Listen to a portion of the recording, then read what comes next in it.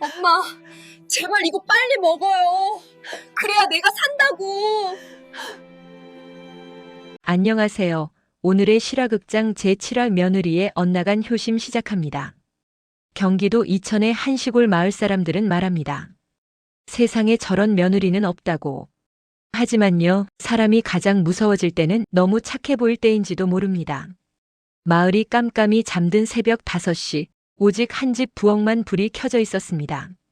큰 솥 안에서는 십전대보탕이 보글보글 끓고 진한 한약 냄새가 집안을 가득 채웠습니다. 그 냄새는 누군가에게는 보약이었고 누군가에게는 저 집 며느리는 정말 다르다는 증거였습니다.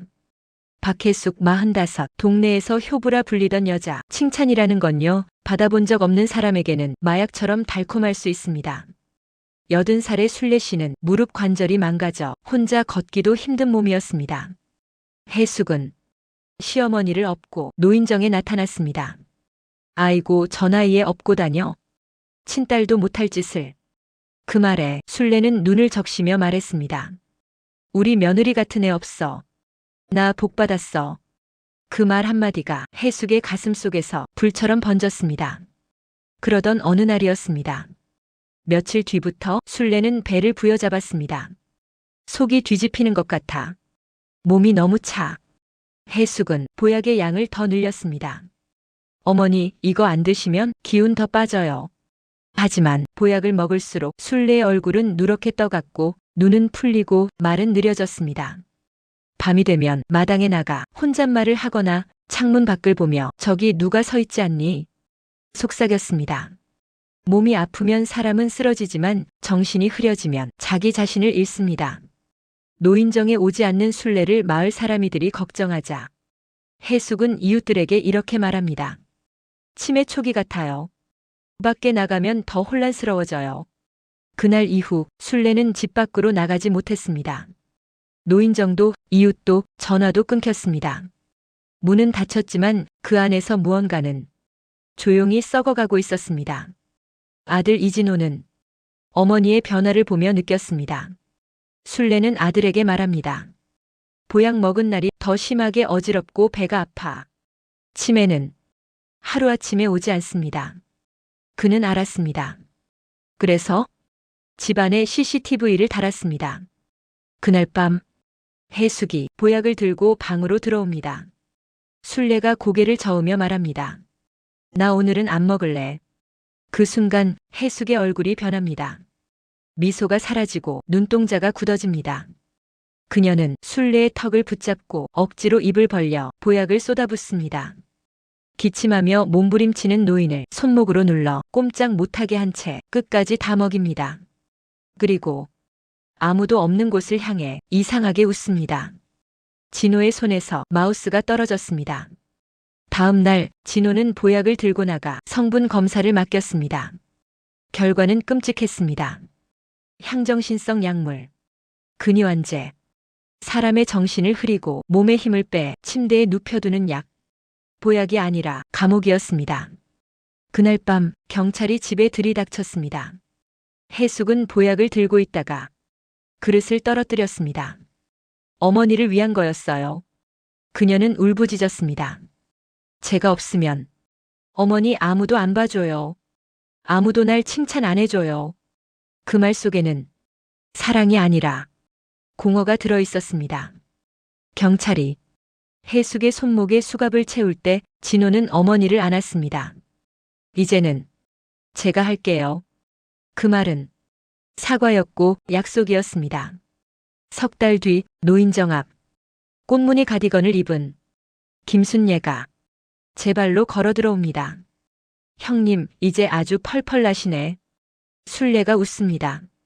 우리 아들이 해준 밥이 제일 좋은 약이더라. 멀리서 진호는 그 모습을 봅니다. 그제야 그는 알았습니다.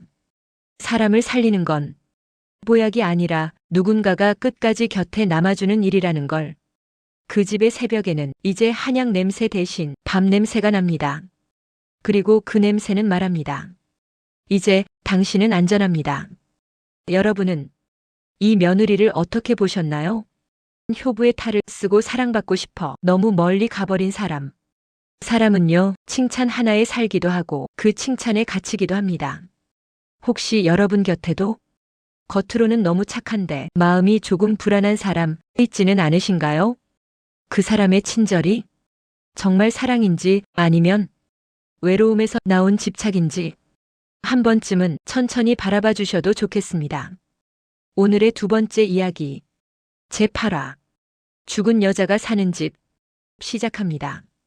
서울 잠실에 사는 32세의 한미영은 재력가 최준혁과 결혼한 뒤 사람들 입에 현대판 신데렐라라는 말을 듣게 됩니다. 고급 아파트, 명품 옷과 화장품, 그리고 젠틀한 남편. 누가 봐도 부러울 인생이었지요. 그런데 이상했습니다. 준혁은 늘 말했습니다. 그 옷 말고 내가 골라준 걸 입어. 화장도 그렇게 하지 마. 그게 더 예뻐. 미영은 그걸 사랑이라 믿었습니다. 조금 과한 취향일 뿐 자기를 아껴주는 거라고요. 그런데 어느 날 베란다에 서 있다가 윗집 아이 민철이가 떨어뜨린 종이 한 장을 발견합니다. 아줌마, 빨리 도망가요. 죽은 아줌마가 뒤에 있어요. 미영은 웃어 넘겼습니다. 아이들 장난이겠지 하고 말입니다. 그런데 그날 밤 깊이 잠든 척하던 미영은 눈앞이 서늘해졌습니다. 남편 준혁이 가위로 미영의 머리카락을 조심스럽게 자르고 있었던 겁니다. 아주 조심스럽게, 마치 누군가의 모습을 맞추듯. 그 순간 민철의 메모가 머리를 스쳤습니다. 죽은 아줌마가 뒤에 있어요. 다음 날 미영은 남편이 없는 틈을 타 서재의 비밀 금고를 열었습니다. 그리고 거기서 숨이 멎을 뻔했습니다. 유골함, 준혁의 전 부인이었습니다. 그리고 그 옆에 사진들이 가지런히 놓여 있었습니다. 해마다 찍은 사진. 전 부인은 미영과 똑같은 옷을 입고 똑같은 머리를 하고 똑같은 화장을 하고 있었습니다. 심지어 미영이 최근에 한 성형 수술 부위까지 사진 속 전 부인과 똑같은 위치였습니다. 그제야 모든 게 맞아떨어졌습니다. 이 남자는 미영을 사랑한 게 아니었습니다. 죽은 아내를 다시 만들고 있었던 겁니다. 그날 밤 미영이 울며 따졌습니다. 도대체 나는 당신에게 어떤 존재인가요? 그러자 준혁은 차갑게 웃었습니다. 너는 은혜도 모르냐? 널 이렇게 호화롭게 살게 해주잖아. 그거면 된 거 아니야? 그건 사랑이 아니라 광기였습니다. 미영은 그날 밤 몰래 탈출을 시도했고 윗집 민철의 도움으로 경찰에 모든 걸 넘겼습니다. 조사 결과 전 부인의 죽음 역시 사고가 아니라 준혁이 깊이 개입된 정황이 속속 드러났습니다. 죽은 사람을 소유하듯 산 사람까지 지배하려 했던 남자.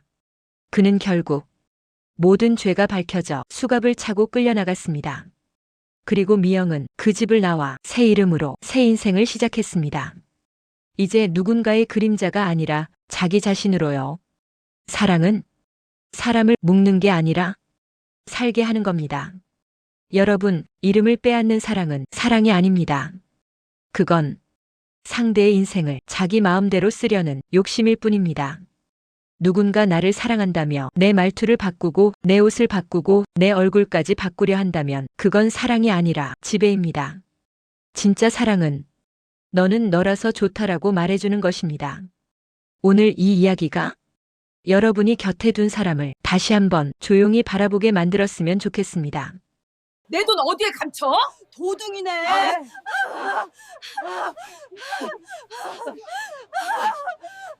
오늘의 마지막 이야기, 제9화 깨진 뚝배기 시작합니다. 사람이요, 평생 모은 돈보다 더 무서운 게 하나 있습니다. 바로 평생 믿어온 사람입니다. 오늘의 주인공 62세의 박정자 씨는 망원시장 한복판에서 국밥집을 하고 있습니다. 그릇은 깨져도 사람은 깨지지 말아야 한다고 믿고 살았습니다. 정자는 상인들과 함께 황금 계모임을 운영했습니다. 돈이 모이면 시장 사람들의 인생이 모이는 거나 마찬가지였죠. 그런데 어느 날 정자가 맡고 있던 현금 5억 원과 통장이 든 가방이 시장통에서 흔적도 없이 사라집니다. 정자야, 너 돈 어디 뒀어? 설마 내가 먹은 거 아니야? 순식간에 정자는 동네 사기꾼이 됩니다. 머리채가 잡히고 욕이 쏟아지고 40년 장사한 얼굴에 침이 튑니다. 그때 가장 먼저 앞으로 나선 사람이 있었습니다. 정자의 30년 단짝 명숙이었습니다. 우리 정자가 그런 애 아니에요. 돈보다 사람을 더 중요하게 생각하는 애예요. 명숙은 정자를 자기 집으로 데려갑니다. 여기서 좀 쉬어. 내가 다 해결해 볼게. 정자는 그 말을 믿었습니다. 30년 우정이니까요. 그런데 명숙의 집에서 정자는 자기 가방에 달려있던 독특한 장식물을 발견합니다. 그것이 명숙의 화장대 위에 아무렇지 않게 놓여 있었습니다. 그 순간 정자의 가슴이 툭 하고 금이 갔습니다. 그날 밤 정자는 잠을 이루지 못하고 명숙의 방문 앞에 섭니다. 안에서 낯익은 목소리가 들립니다. 남편 상철입니다. 이제 이 돈 들고 내려가서 둘이 같이 살자. 돈뭉치가 바스락거리고 명숙의 웃음이 섞입니다. 정자한테 다 떠넘기면 돼. 어차피 다들 걔를 의심하잖아. 그 순간 정자는 알았습니다. 30년 우정과 40년 결혼이 한 방에 무너졌다는 걸. 하지만 정자는 소리를 지르지 않았습니다. 경찰에 전화도 하지 않았습니다. 대신 시장 사람들과 단짝 명숙 그리고 남편 상철까지 모두 자기 국밥집으로 불러 모읍니다. 오늘 내가 마지막 국밥을 대접할게. 국밥이 놓이고 뚝배기에서 김이 오릅니다. 정자는 천천히 말을 꺼냅니다. 내 가방에 달린 장식물이 내 친구 명숙의 화장대에 있었어요. 그리고 상철의 통화 기록, 명숙의 계좌, 돈 이동 내역을 하나씩 꺼냅니다. 사람은요, 거짓말을 할수록 증거를 더 많이 남깁니다. 상철과 명숙은 서로를 가리키며 비명을 지릅니다. 제가 시켰어. 아니야, 내가 먼저야. 국밥보다 더 뜨거운 추악함이 식당에 넘칩니다. 두 사람은 현행범으로 끌려갑니다. 돈은 정자에게 돌아옵니다. 하지만 정자는 울지 않습니다. 돈은 찾았는데 사람은 다 잃었네요. 그때 시장 상인들이 정자 앞에 서서 고개를 숙입니다. 우리가 잘못했어요. 다시 같이 갑시다. 깨진 뚝배기처럼 금이 간 살. 하지만 다시 불에 올리면 국물은 끓습니다. 사람은 한 번 깨졌다고 끝이 아닙니다. 정자는 다시 국밥을 끓입니다. 그리고 다시 살아갑니다. 여러분, 오늘 세 가지 이야기를 보며 어떤 생각을 하셨나요?